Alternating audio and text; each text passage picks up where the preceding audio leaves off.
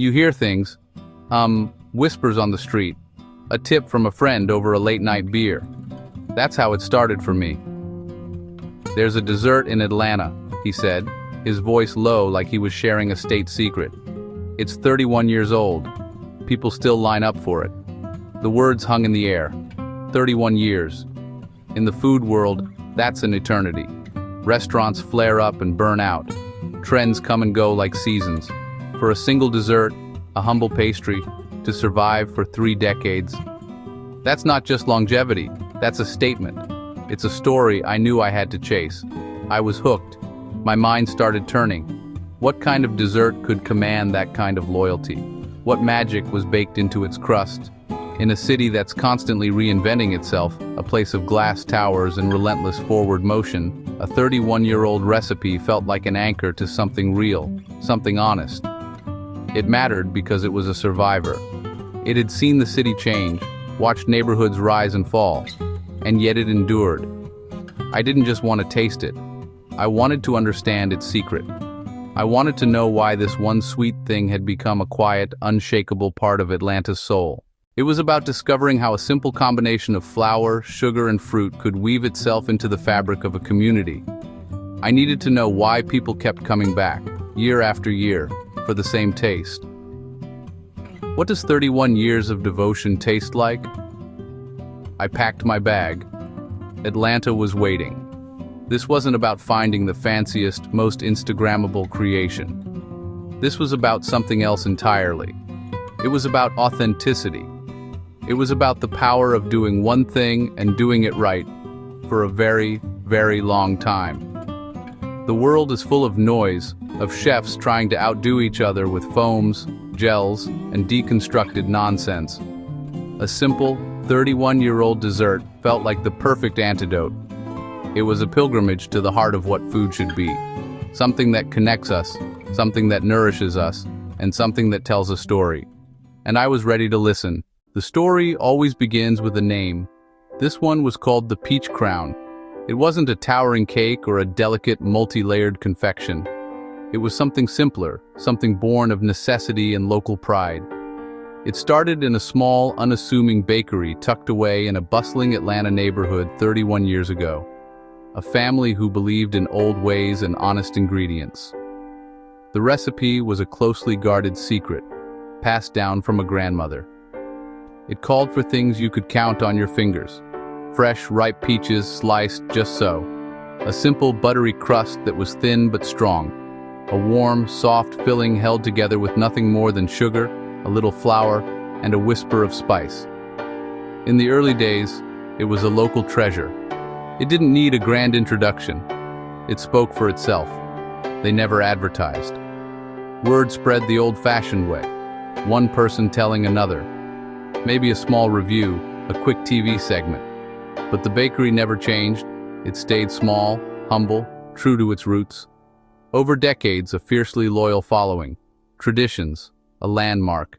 A taste of nostalgia woven into the city's culinary narrative. Because for 31 years, it's been perfectly itself. My plan was simple. No GPS, not at first. I wanted to find it the way people used to. I'd start in the general vicinity, historic brick, tree-lined streets. I'd follow the clues. I'd talk to people. I'd use my nose. A bakery that's run for 3 decades leaves a mark. Its scent should be baked into the air. The slow reveal, my favorite part. I asked the barista if he knew an old bakery famous for a peach dessert. He smiled. "Ah, you mean the Peach Crown. My dad took me there. Go early. It's best warm from the oven." The legend was real. The air was cool, but the promise of a warm pastry made the day feel warmer. I looked for the tells of an institution, an older storefront, a line, that caramelizing butter and sugar aroma. "Been delivering mail there 20 years, he said. "Same family, same smell every morning. You can't miss it. Just follow the line." People come from all over for that thing. The trail was getting warmer. This was the best part of the hunt. The closer I got, the more the story grew. Each person added a layer to the myth. That place is the heart of this street. I remember when they first opened. The owner's mother gave me the first piece. It tasted like sunshine. It still does. a constant through change. They keep the old ways. They don't cut corners. Real butter, real peaches from just outside the city. My wife grew up near there. Says it still tastes just like when she was a kid. She tried making it. It wasn't the same. There's magic in their ovens. She was happier with that than jewelry. It's not about the thing, it's the memory it brings back. It's a taste of home. Every conversation was like this. People didn't just talk about flavor, they talked about what it meant to them. They spoke of family, of childhood, of moments big and small. The dessert was a vessel for their stories. And then I saw it. Exactly as imagined, yet more real. No flashy neon, just simple gold lettering. The original peach crown. They weren't impatient. They waited with quiet reverence. The air, baked dough, caramelized sugar, warm fruit. I had arrived. Stepping inside was stepping back in time. Black and white founders, yellowed clippings, crayon thank yous, a living museum of gratitude. This place wasn't trying to impress, it was comfortable in its own skin. One picture, the original owner, flour on his apron, grinning by a massive oven. The owner was there, older now, same eyes.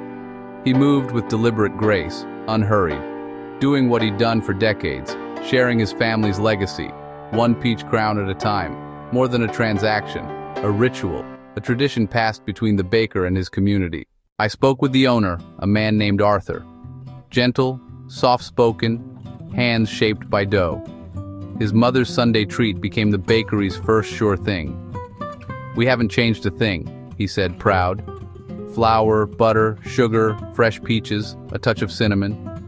The secret isn't ingredients, it's the process. We mix by hand.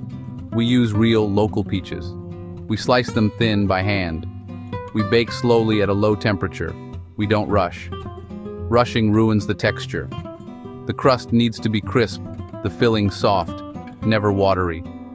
"Watch a new batch," he said, like meditation.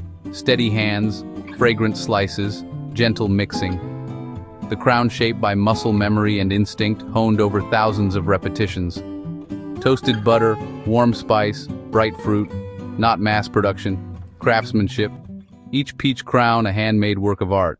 The moment of truth. A simple white box, still warm. I sat on a small bench in the sun and opened it, steam rising with that unreal aroma. Honest as it smelled. Golden brown, caramelized edges, a light sugar sparkle. No fancy glaze, perfect in its simplicity. First, the crust, delicate and crisp, a satisfying crackle. Then it melts. Buttery and rich, not heavy. Then the filling, soft, smooth, incredibly fresh.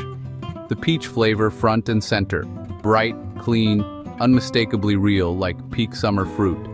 Sweetness perfectly balanced. A subtle hint of cinnamon with a gentle lingering warmth. Coffee cuts the butter, amplifies the peaches. Fantastic pairing. So many fruit pastries go soggy, not this. Distinct crust and filling, perfect contrast every bite. Tender peach pieces, not a uniform goo. Rustic and refined at once, like your grandmother were a genius baker. Each bite as good as the first. This wasn't a dessert that shouted, it whispered. After 31 years, it hadn't just survived, it had triumphed. To truly understand it, I watched others. She came weekly from a nearby office.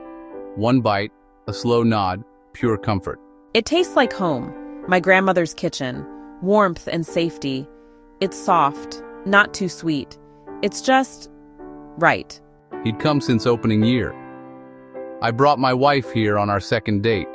Birthdays, anniversaries, Saturdays, we keep coming back. It's a small, happy thing in a complicated world, isn't it? He was right. Arthur had tried variations. People liked them, but they always came back to the original. The taste they remember, the comfort and consistency.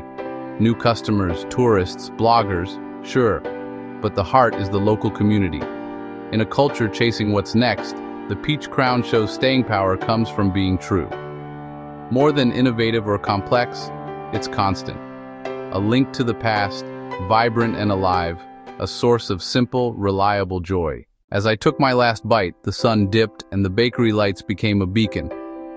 On that bench with an empty box, I felt deep satisfaction. I'd found it, not just a great dessert, an edible piece of Atlanta's history, proof of simplicity, quality, and hard work, earning its legacy one perfect pastry at a time. The secret to its 31-year reign is simple. First, an unwavering commitment to a great recipe. Second, only the best, most honest ingredients. Third, a deep love for the craft of baking. No soulless chain, no trend chasing, just the same warm, comforting taste for over 3 decades. This is how you build a legend: integrity and heart. If you're in Atlanta, make the pilgrimage. Find the faded awning and the wall of photos. Go in the morning when the crowns are fresh. Buy one for yourself and one to share. Don't rush. Taste it slowly. Hear the crusts crisp. Feel the bright peach. Notice the gentle warmth of spice. For more amazing food and drinks tips and recipes, subscribe to our channel and click the bell icon so you never miss an update from us. Tell us about your thoughts in the comment section. Check out our other videos for more culinary inspiration. We love you. Until next time, keep cooking, stay adventurous.